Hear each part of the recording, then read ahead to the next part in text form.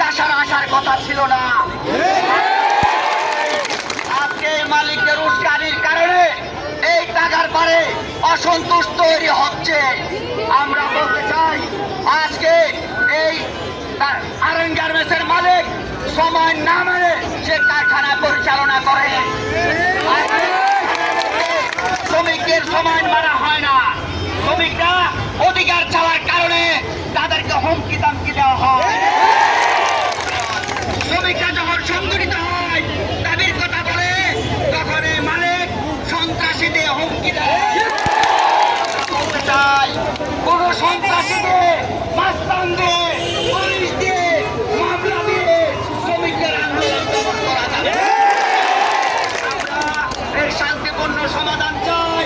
নারায়ণগঞ্জে মালিকদের যে সংগঠন রয়েছে বিকেএম এর সভাপতির কাছে আমাদের অনুরোধ রইল 24 ঘন্টার মধ্যে শ্রমিকদের দাবি দাবা মেনে তাদেরকে চাকরিতে ফ্যাক্টরি খুলে দিয়ে কর্ম পরিবেশ নিশ্চিত করার দাবি জানাচ্ছি। সেই পর্যন্ত আরএন গার্মেন্টসের শ্রমিকদের দাবি দাবা নিয়ে আলোচনা না হবে, বিক্রি সহ প্রশাসন সহ বসানো হবে, আমরা সেই পর্যন্ত কারখানায় ফিরে যাব না।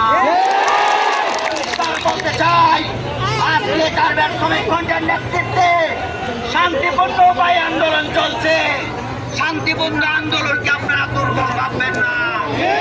গার্মেন্টস শ্রমিক ফ্রন্ট প্রয়োজনে শুধু টাকার পার নয়, নারায়ণগঞ্জের প্রত্যেকটা শিল্পাঞ্চলে গার্মেন্টস শ্রমিক ফ্রন্টের দুর্গ গড়ে উঠবে।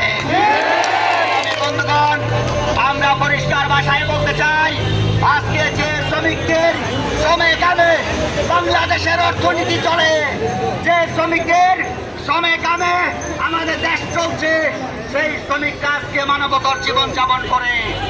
সরকারের যে ঘোষণা রয়েছে ন্যূনতম মজুরি 12,500 টাকা দেওয়ার জন্য, সেই মজুরি আজকে মালিক বাস্তবায়ন করে না।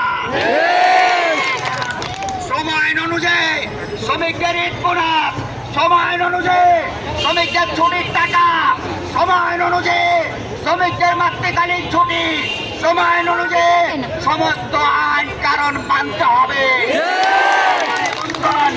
আমরা বলতে চাই কথায় কথায় হুমকি দেন, ভয় দেখান।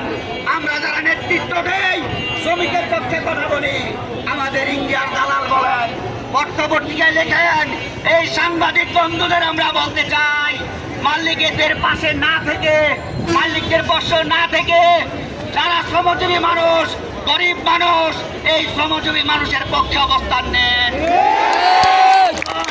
আপনাদের লিখুদের মধ্য দিয়ে আপনারা সাংবাদিকরা লিখেন নারায়ণগঞ্জে কোন কোন কারখানায় সময় মানে না, নারায়ণগঞ্জে কোন কারখানা ন্যূনতম মজুরি দেয় না।